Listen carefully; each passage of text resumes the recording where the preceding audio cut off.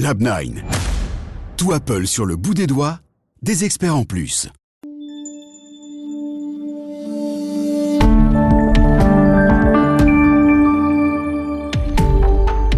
On se demande souvent si l'intelligence artificielle va vraiment tuer des métiers. Oui, on en est encore à se poser cette question. Pourtant, les traducteurs, eux, souffrent. Ils n'ont peut-être pas vu arriver leur Uber moment. Pourtant, il est probablement déjà là. En quelques années, le métier est passé d'expertise intellectuelle recherchée à simple validation de textes générés par des machines. Et ce ne sont pas les seuls.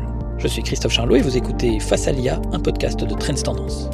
Alors la semaine passée, j'étais en rendez-vous avec un grand intellectuel qui se demandait si l'IA allait vraiment tuer des jobs, combien et quelles politiques pouvaient être mises en place. Et là, je suis un peu tombé de ma chaise pour avoir déjà rédigé des articles sur l'intelligence artificielle depuis 2015-2016, même avant l'arrivée de ChatGPT pour Trends Tendance, où on a mis en question l'avenir de pas mal de métiers, comme les comptables, même des CEO ou des managers.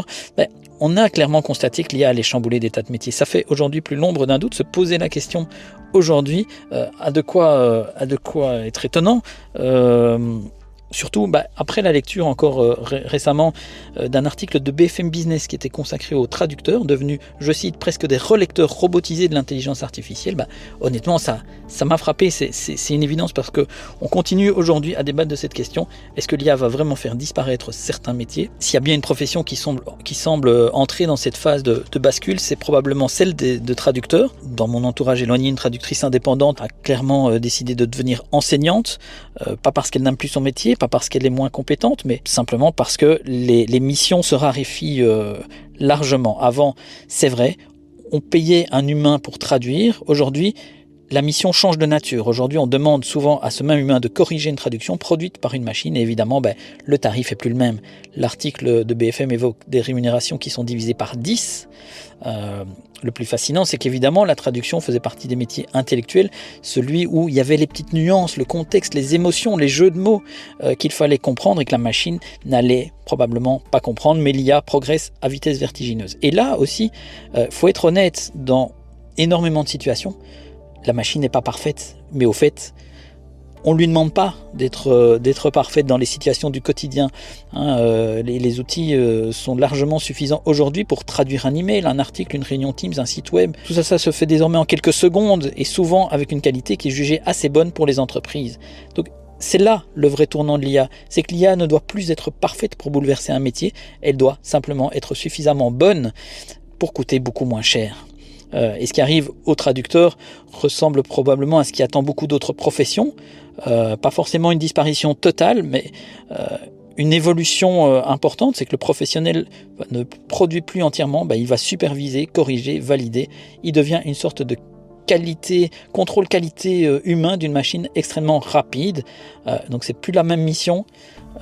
On va demander à beaucoup moins de gens d'effectuer cette mission parce que les choses vont beaucoup plus vite et donc on aura besoin, on le voit déjà aujourd'hui, de moins en moins de traducteurs, même si la profession ne disparaît pas, les missions se raréfient et les tarifs diminuent. D'ailleurs, ce phénomène existe déjà dans le développement informatique, dans le design, dans le juridique ou encore dans le support client. Alors, peut-être que dans quelques années, on regardera les traducteurs comme on regarde aujourd'hui des opérateurs de laboratoire de photos argentiques, des métiers qui paraissaient indispensables à une époque, jusqu'au jour où, silencieusement, la technologie a changé les usages. Alors la question bateau serait de dire qui sont les prochains, mais je ne vais pas vous la poser parce que, au fait, le sujet, c'est vous. Et la question qu'il faut vraiment se poser, c'est est-ce qu'un jour, votre propre métier pourrait lui aussi basculer silencieusement du côté de la supervision plutôt que de la création. Et ça, chacun doit aujourd'hui se poser la question. C'est tout pour aujourd'hui. Vous vous intéressez aussi à l'actualité boursière et aux conseils des investisseurs. Alors retrouvez-nous également sur le canal Trends Bourse. À très bientôt, ici sur Trends Tendance et sur Trends Bourse.